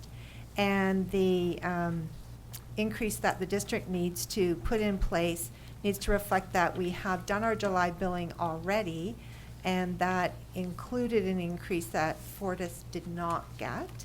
So we want to reduce the rates for our August consumption to back out that increase, and then in September put in the new rates that reflect the increase that Fortis did receive effective August 1st. So it's a bit of, we did too high, now we're going to back that out and bill a little lower, and then with September, we'll be back on track matching the increase that Fortis received. You know, it's a very small adjustment, but I think for our electrical customers, they'll be happy to see those funds reduced the next month and back in their bank account rather than ours. Yes. Thank you. Any questions of CFO, please? Councillor Barkwell. I would suggest that maybe that this is a lot of up and down and around for a relatively small amount of money that's within the margin of error for our budgeting process, and that what would the CFO's comments be if I suggested that let's not bother? Ooh. Surprise. I've been here for a couple of years, and electrical rates always has a lot of attention on it, not only here in Summerland, but also in other communities in the Okanagan. I think there's been a lot of press about the city of Kelowna and their rates for their electrical customers now that they've changed to Fortis. There's always letters in the newspaper about our customers and their concerns about electrical rates. So I would caution that there could be some negative feedback back from our consumers if we were to keep in place an increase that was higher than what our cost of wholesale power went up. That has been the historical change in rates here in Summerland for the last few years. I'd say if council's interested in contemplating a different rate adjustment, that we talk about that during the upcoming budget discussions that we'll have for 2016. Councillor Barker, were you actually suggesting of not doing you were suggesting not doing an increase at all, were you? Or just not doing the small adjustment? Not doing these adjustments so that we actually wind up with a little bit, 0.35 or 0.45 or more in the. So doing the increase but not doing the decrease, because there's an increase. No, just staying exactly where we are, not doing the increase or the decrease, just staying where we are because the changes are so small. And the other follow-up question to that is it simply a matter of changing a number in your program when you spit out the bills, or how much work would be involved? That is exactly what it is. It's maybe a 15 or 20-minute update of all the different rate codes in the program. So it isn't very labor-intensive for us to make those changes. And I think I did correctly understand what you were asking me, that you were saying leave the fees and charges as they are currently. Yes. And from my perspective, I think the consistency is very important. At this, the policy that we've adopted is that if Fortis makes a change, we follow with the change. Although I understand what Councillor Bark was saying, it's sometimes they're large and sometimes they're small, and that's our policy, is to do the same. Fortis has made, Fortis recognizes that the changes are not coming where they're supposed to be this year. It was the first year of the new policy with their new contract, and so next year it's not expected to have this extra date. Councillor Peak. Well, with Fortis applying for 2.2 and receiving the 1.6, I think it's fair to our customers to do the adjustment and give them the benefit of the decrease that we had applied, thinking that Fortis would get the 2.2%. If I might just clarify with the CFO, on page 104, it reads in the middle of the discussion part, the rates for September and the remainder of the year reflect a 1.2 increase, which is lower than the anticipated increase of 1.5. And it goes on to say on the conclusion, the 1.2 effective for September consumption would then, you're going to pass that through, but you're actually going to do it at 1.6 from September to the end of the year. So the 1.6, we only passed 1.75 of that, so 75% of it. That represents the cost of the purchase of power for the utility. So 1.6 times 75% is 1.2. Okay. Yeah, so we are doing our historical application of matching their increase. So it's a bit, the numbers are all very close. There's a 1.6 and a 1.65, and it's easy to get them jumbled up. But right now, we had an increase July 1st. That was higher than it should have been. August rates will go down, and then September to December would be 1.2, which is 75% of the increase that Fortis got. Thank you for explaining that. Reading it didn't quite get there. So we good? You good, Councillor Barkle? You okay? Oh, I understood it. Yeah. I just thought it was a rather insignificant change. I appreciate your comments, but I feel it's out of character, but it's okay. At any rate, would somebody like to bring the resolution forward, please? Councillor Peak.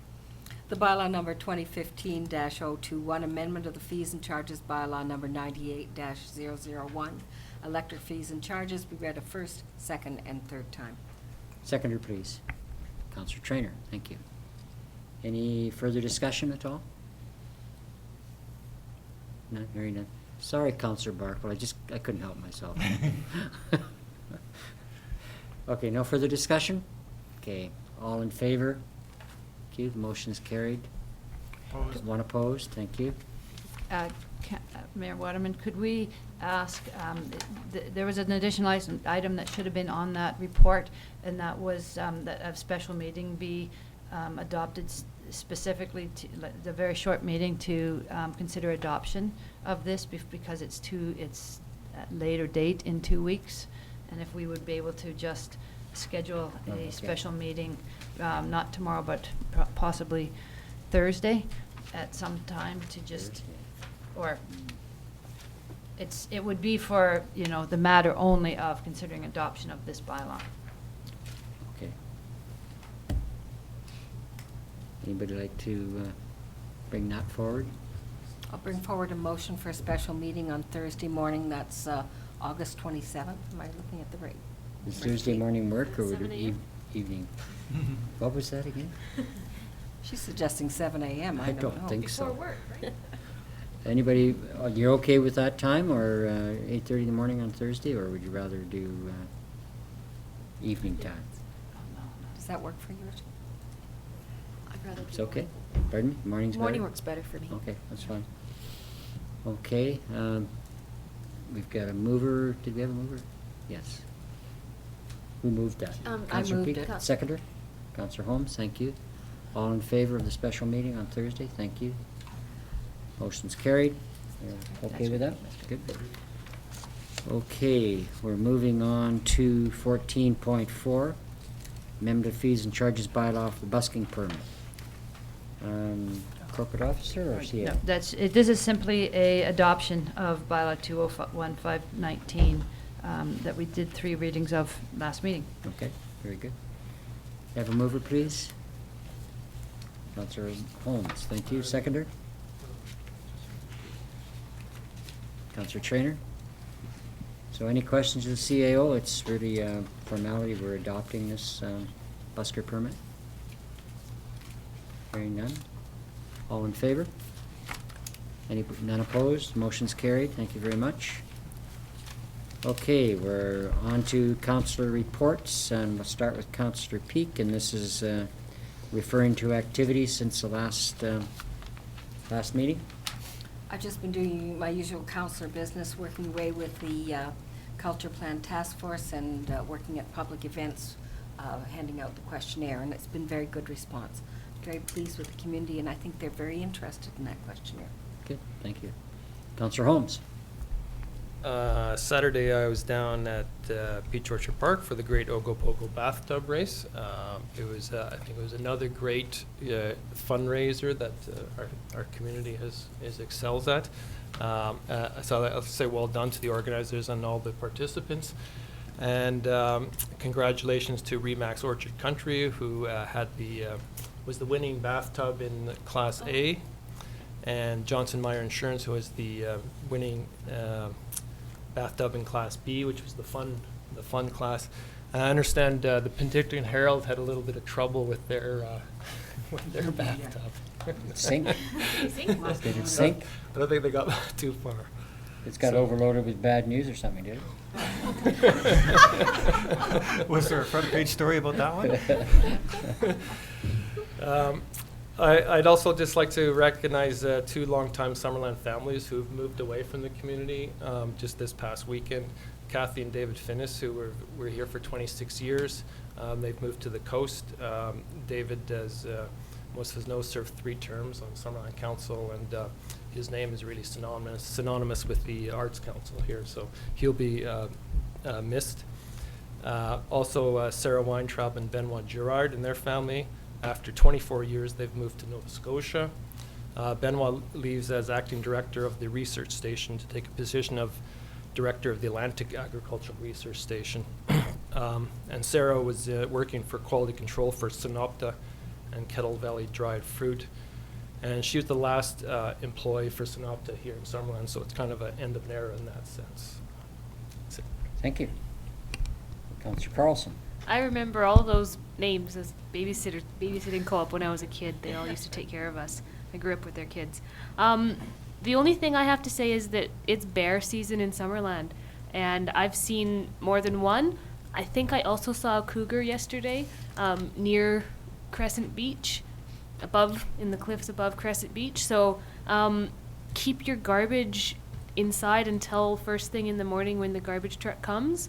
And if you have backyard trees and animals, make sure that they're taken care of as well, because bear season came early and there's not much left out in those hills, so they're coming down for fruit.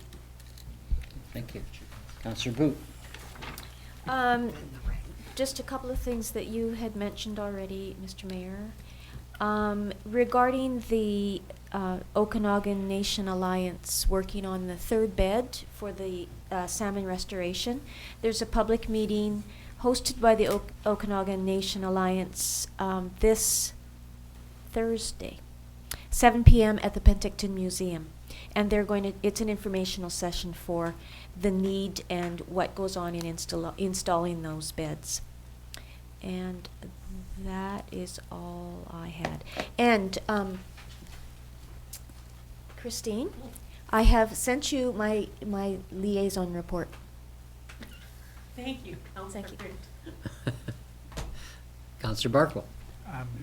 Councillor Booth forgot to mention that she attended the Water Advisory Committee meeting, Oh, yeah, I did forget. which I attended as well, which was informative and a informative discussion afterwards. And I've been receiving a few comments about access and where access could be improved for people with disabilities, and we'll probably start sort of cataloging those. And fortunately, there's not many. It's just to get the comments about the same places. And I'm sure, but you know, if it means a lot to people that, you know, any particular one place means a lot to people who can't properly access the curb or such. So we'll get something to council in a week or two, probably a couple of weeks. Okay, thank you. Councillor Trainer. I attended the opening of the new winery in Summerland. It's called Lunescence Winery, and it was really nice. It's in the old Sonoran, on the old Sonoran property. It was on Saturday, and there was lots of people there, and they had a great view until the wall of smoke rolled in. So I welcomed them to Summerland, and that was really good. And I rode the new Lakeside Trail on Wednesday night, and it was awesome. So really happy to have that, and we've seen lots of people using it so far, so it's a great addition for Summerland.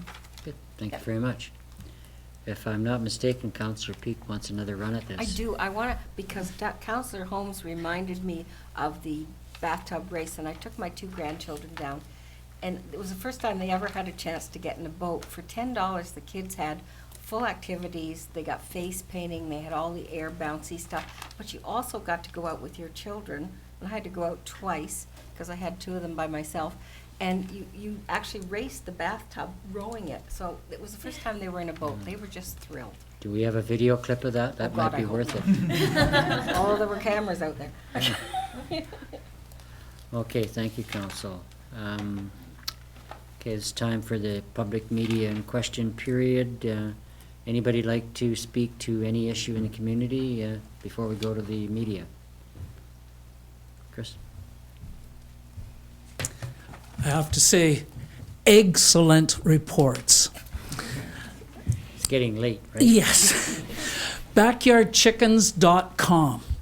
2,874 different chicken coops. Here's one of them. You can see it's extremely small, holds 5 chickens. Here's another one, and it holds a whole lot more. It will actually hold about 25 chickens. Now, what's interesting about this is you're talking about size, and the size of 9 square meters would hold approximately 60 chickens. Anyway, Jennifer Jacobson, team leader for health protection of the public health, and this is dealing with your question, Aaron, has no expertise at all in chickens, and really the only concern they have is if a child had the diarrhea and was going to daycare, then they would look at that situation, or if a man or woman were going off to work in a restaurant, they would deal with that type of a scenario. Only health in that respect. What I found missing here is that there were no reference to the Ministry of Agriculture. Now, that's fine, but even the public health was not interested in referring to the Ministry of Agriculture, which to me makes a terrible statement for the Ministry of Agriculture. So another point was pests. Raccoons, lynx, bear, lots of ferret, cats, and wild and residential dogs are all pests. But I'd like to point out that owls, the plastic ones, put by your coop, will keep away all of the other predators unless you got a huge area. And even with our, we have about 5 acres of free-range chickens. They could go further, but they don't seem to want to go that far away from home. And we will lose 1 or 2 every week. That's nothing. As for mice and rats, you know, it's funny when you start, maybe what really needs to be in this bylaw is non-protein bedding. Straw. Mice and rats don't like straw, but they love hay and they love wood chips. And hay and wood chips are what you find in most of the places. Rather than clipping wings of chickens, which I'll never let you get away with, I would say that if you're really interested in, you know, having some control, having non-protein is really important. There's no insect problems with chickens around. Grasshoppers, slugs, mosquitoes, ants, spiders, it goes on. I'd like somewhere along the line for somebody to sit down and compare having city dogs and city cats. Cats are notorious for killing birds, migratory birds, they don't care, they'll take them down. And compared to chickens, chickens will never attack you, and like dogs will for protecting property, they don't bite you, and you know, they really don't leave too far from home. There's one other point, which is veterinarians. Show me a veterinarian that can show me what Merrick's disease looks like. You can't. Because most veterinarians, certainly not in this district, have no idea what Merrick's disease looks like. So when you start dealing with some of the bureaucrats, for example, you mentioned SPCA. SPCA has nothing to do with chickens. They'll go in and apprehend, but guess what? A critter corner over here with the DART program goes in and rescues chickens, cows, horses, llamas, you name it, where there's fires. And the DART program is a recognized program. So if you want to bring in a group, bring in critter care, don't bring in dog people. Most of the dog people are residential dog walking people, and I have no problem with them to speak of. But we in the chicken business have working dogs. So I'm not going to go into that, but I would ask one last question. What is wrong with giving eggs to neighbors, extended families, food bank, bartering with neighbor kids who do odd jobs for you, taking to work and sharing your urban garden? We do this with all of urban garden products, including fruit and grapes. Why can't we do it with a few extra eggs? This idea of restricting people to no sale of eggs, if you have 10 chickens, you're not going to have a whole lot of eggs to give away. You know, you just don't. And I think you need to, maybe somewhere along the line there with this information, we'll be able to bring out some of the egg production issues, because 10 chickens, you're talking maybe in 1 week, 3 dozen eggs. Maybe 4. If you have Lomans, 4. Anyway, that's a pitch for Lomans. They're a great chicken. And by the way, what's this about no roosters? Did you not read about the Malaysian, and I almost brought him here, the Malaysian Sarama rooster. 1.1 pounds. Little fellow, little wee guy. And he goes, cock-a-doodle-doo, cock-a-doodle-doo. I can't see that being a problem with the neighbors. I know. We exclude, right, Aaron? We exclude roosters. And that was something that was in the report. Thank you. Thank you. Okay, yes, Mr. Bob. Thank you, Mr. Mayor. I'm John Bubb. I'm at 15317 Prairie Valley Road. I'm also the current president of the Summerland Food Bank and Resource Center. I wanted to thank you so much for supporting our community gaming grant. This year we're hoping to get asked for $44,000, which essentially pays the salary of our full-time employees. So that's money that doesn't come from our community, it comes from outside. One thing that came up this evening that pointed up something that's been important to us in the food bank, and it's the electricity rates. We do appreciate the small credit that's coming back on those, but it points up the fact that our costs of living constantly go up. They may only go up by a very small percentage, but when someone is living on welfare or disability benefits, those tend to add up over time. We haven't had an increase provincially at the provincial level in welfare rates or disability rates, the basic rates, since 2007. The Bank of Canada in that time reports an increase in the consumer price index of 14%. I'm not sure what opportunities you have as you go forward, for example, to the UBCM meetings, but I think that this issue of welfare rates and benefits and maybe even minimum wage need to be addressed, because we're downloading those costs to the community, and we're seeing an increase in our services to sort of make up for that. So I'll leave it at that, and thank you again for your support. Thank you. We'll take that under advisement and see whether there's an opportunity at the UBCM. Thank you very much. Yes. Hello, my name is Eric Thompson. I live in Summerland. I'm here to show my support for the district's decision to paint 2 rainbow crosswalks. Many towns and cities around the world are taking the small but symbolic step of painting crosswalks as a way of demonstrating diversity and inclusivity.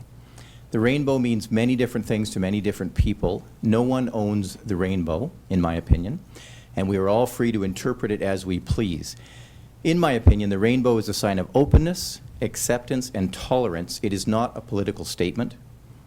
In Canada, it is not against the law to be LGBT, nor is it against the law to be religious or to be an atheist. We are all equal. Governments, courts, and organizations around the civilized world agree that discrimination based on sexual orientation is not only wrong, it is unjust. I believe a rainbow crosswalk simply shows that Summerland is tolerant, inclusive, and caring. Thank you. Thank you very much. Does there anybody else wish to speak from the public? Hearing none. Okay, the press. Any questions, Susan? Yes, I do. This has to do with the presentation by Billy Powell from the Rapids Club. And first of all, the council approved receipt of the report. What happens to it now? CAO? They were mainly discussing the permissive tax exemptions, Yes. and we're currently taking applications, or took applications, and once the applications have all been received, they will all be considered in a council meeting. So there was no discussion on the pros and cons at this time. So it will be discussed along with other. All the by applications. council. That absolutely. So it doesn't go to a budget committee or anything? It goes. This year, I believe we determined that it was going to be all of council that is considering it. It won't be a special committee, it'll just be, Okay. council will consider the PTEs. Yep. Okay, and the second question is, her last point was that you treat all local nonprofit recreation providers fairly and equally, regardless of who owns the land. So what's the difference there about whether a group owns the land or leases it or rents it, or I don't understand the implications. Permissive tax exemptions are governed by the community charter. And in the community charter, the wording actually states that the exemptions may be given for nonprofit groups that own the land. But in the description of own, in the definition of owning, a long-term lease that's registered on title is equivalent to owning the land. So if you own the land, if the nonprofit society is operating at a place and they either own the land or they're renting it and they have a lease agreement, then the landlord, because the landlords are not a nonprofit. So that's why if it's a lease, the landlords could still be exempted if there's proof that it's funneling to the nonprofit group. Okay, I guess. Well, if you have a property owner, an individual or a Yes, business yeah. that owns a piece of property, and there's a nonprofit group Yeah. that is located and they're leasing that facility, because then as long as they have a lease with that individual that's qualifies, then the exemption can be given to that individual that owns the property, so that no taxes are payable. It doesn't flow through to the nonprofit. But the reason it needs to be on title rather than just an informal one is there would be nothing to stop the landlord from just taking that benefit themselves. Okay, but how does that relate to her statement of regardless of who owns the land? Well, she wasn't necessarily fully informed on Oh, okay. right. I mean, I understand what you were saying. It Right. was just that I couldn't figure out her statement about regardless of who Right. owns the land. Right. I thought that, groups might be treated differently, but obviously not. Okay. Thank you. John, any questions? Actually, just one, the backyard chickens, this thing's coming to a public hearing. If I understand, and we were saying not the next meeting, but the one after that, so we're talking about October or so for that? There's no public hearing scheduled, or there won't be a public hearing. We're going to do a process for public input. So the intent to start would be to get the message out that we're looking for input. Okay. So there needs to be a long enough period of time to actually give people a fair chance to comment.